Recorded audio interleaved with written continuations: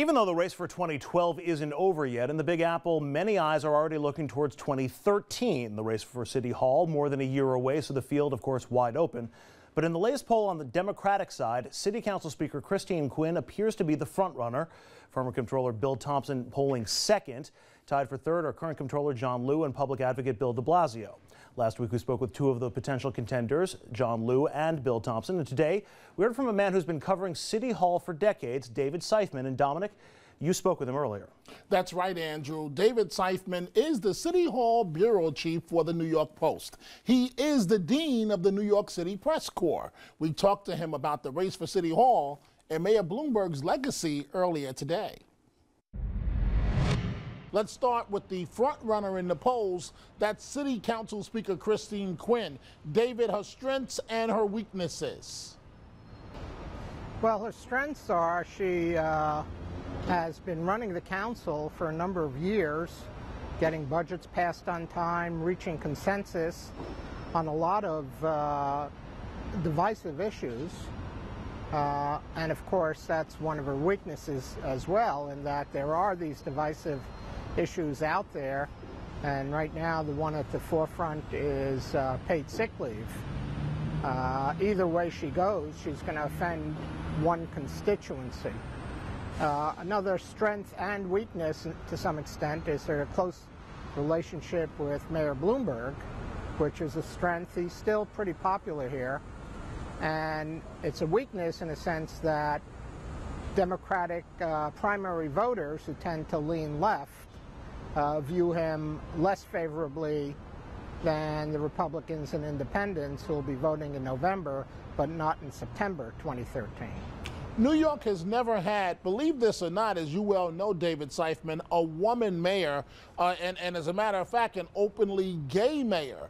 Is the city ready for Christine Quinn? Right. Well, you know, they've done polls. All polls show that being a female candidate gives you an edge. There are more women voters. I think New York City is ready for first openly gay mayor. There's no sign that it isn't. Those things are going to be factored in by the electorate. There are going to be a lot of other issues as well that have come into play.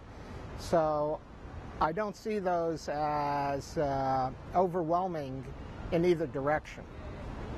Okay, let's switch to City Council, former City Controller Bill Thompson. He did very well against Bloomberg the last time around, David Seifman. He certainly did. He came within 4.5 points of winning, which certainly makes him a contender this time.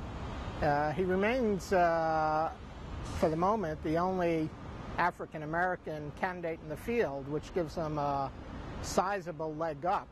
Remember, this is going to be a 5-4, 6-way primary, so if no one gets 40% of the vote, the first and second finishers will compete in a runoff. Most people think that Bill Thompson will run either first or second. Let's switch to City Controller John Liu. Just last month, surprisingly, David, Liu pulled in nearly $600,000 in the past 6 months for his campaign, possible campaign for mayor. Well, in some ways, Liu is one of the most interesting mayoral candidates we've ever had. I mean, his campaign is under investigation by the U.S. Attorney's Office, and he's still pulling in respectable campaign contributions.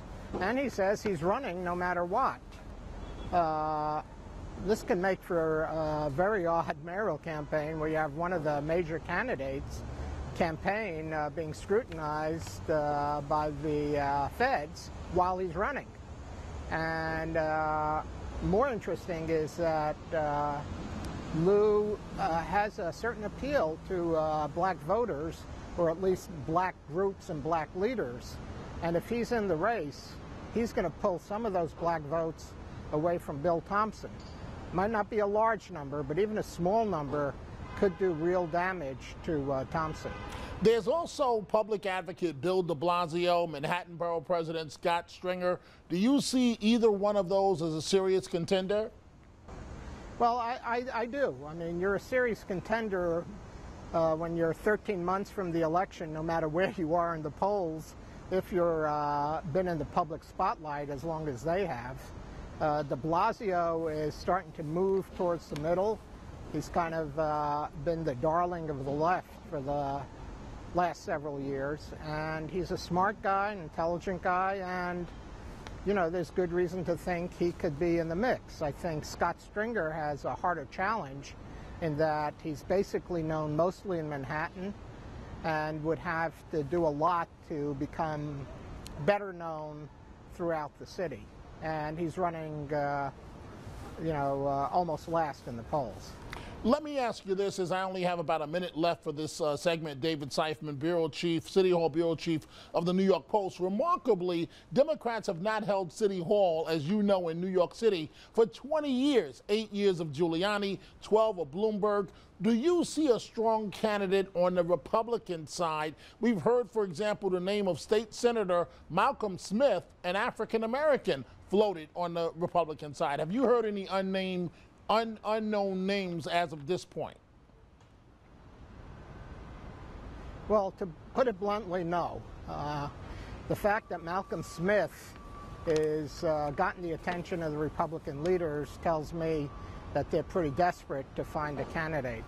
And unless Ray Kelly, the police commissioner, decides to jump into this race, there's no obvious Republican candidate out there who I think could take on the eventual Democratic nominee.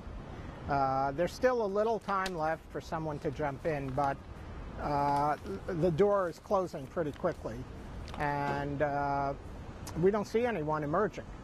I close this way, David. It's amazing. He started as a political novice, but ended up serving 3 terms as mayor of New York.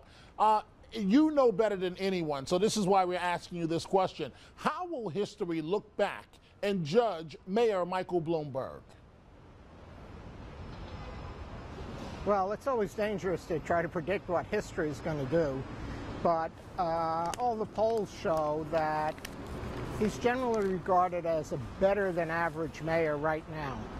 And he obviously has some faults, and there's obviously been some pretty strong pushback against his 3rd term. But nevertheless, what I found amazing is the most recent poll, where a very large majority of voters were upset about the 3rd term, still gave him an approval rating in the plus column. So that tells me they're putting aside their personal feelings about what he did to get the 3rd term and viewing his policies and his governing style as positive. David Seifman, Bureau Chief of the New York Post, City Hall Bureau Chief, also Dean of the New York Press Corps. Thank you very much for joining us tonight. You're welcome. And Dominic, great job. Thank you.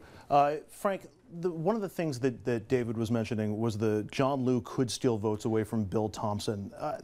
How does that work, and do you think it's a real threat? I don't see John Liu as a credible mayoral candidate. There's no way that he runs for mayor. I think he'd be lucky to run for re-election. He has a better chance of going to work in the sweatshop that his parents supposedly worked in, which he lied about 4 years ago, than he does of being the mayor. He's a stone's throw away from an indictment. He will not be a candidate for mayor. Well, I don't know about that, Frank. One, he's not been charged by anyone, and he pulled in $600,000, as we just said to Seifman. I saw that, and it's an impressive number, no doubt about it. But you know, you can't have everyone around you and everyone in your campaign being indicted, and you're the one guy who's innocent of any wrongdoing. It's not going to happen. I think they use his office, or at least his candidacy for mayor, as leverage to avoid an indictment, if anything. And the last poll showed that Christine Quinn was attracting a sizable portion of the African-American vote, which I don't think will hold either. That's going to end up going to Thompson's camp as well. Let me jump to the end of that interview. How do you think history is going to remember Michael Bloomberg if his time in office ended today?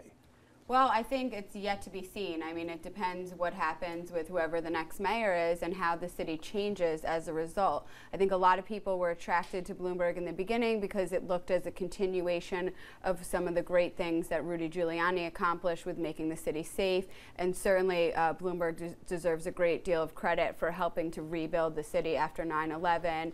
And, you know, one of his biggest legacies is these health issues and making New Yorkers more healthy. based on all of his mandates. But I think, you know, you can never judge right away what the legacy is. Stay tuned. You forget how unpopular Giuliani was before 9/11. Frank, what's your take? I think Bloomberg will go down in history as somebody who had an amazingly great first term, a pretty good second term, and a third term which has been a disaster. A new poll out today shows most New Yorkers don't think he should have had it, and the person that's going to have to answer for that come next year is Christine Quinn, who shepherded the overturning of term limits through the city council over the twice stated will of the voters. But that's my point of what I was saying before. Like, people said that about George Bush as well. Like, you can never, the opinion that they have today of him is not going to be the same one that's going to be 4 years from now or 10 years from now. All right, we'll leave it there. We're going to take another break. When we come back, a little talk of the table. Women in green. The glass ceiling at Augusta National shattered by 2 influential women. So where are the other glass ceilings in America? That's next. Stay with us.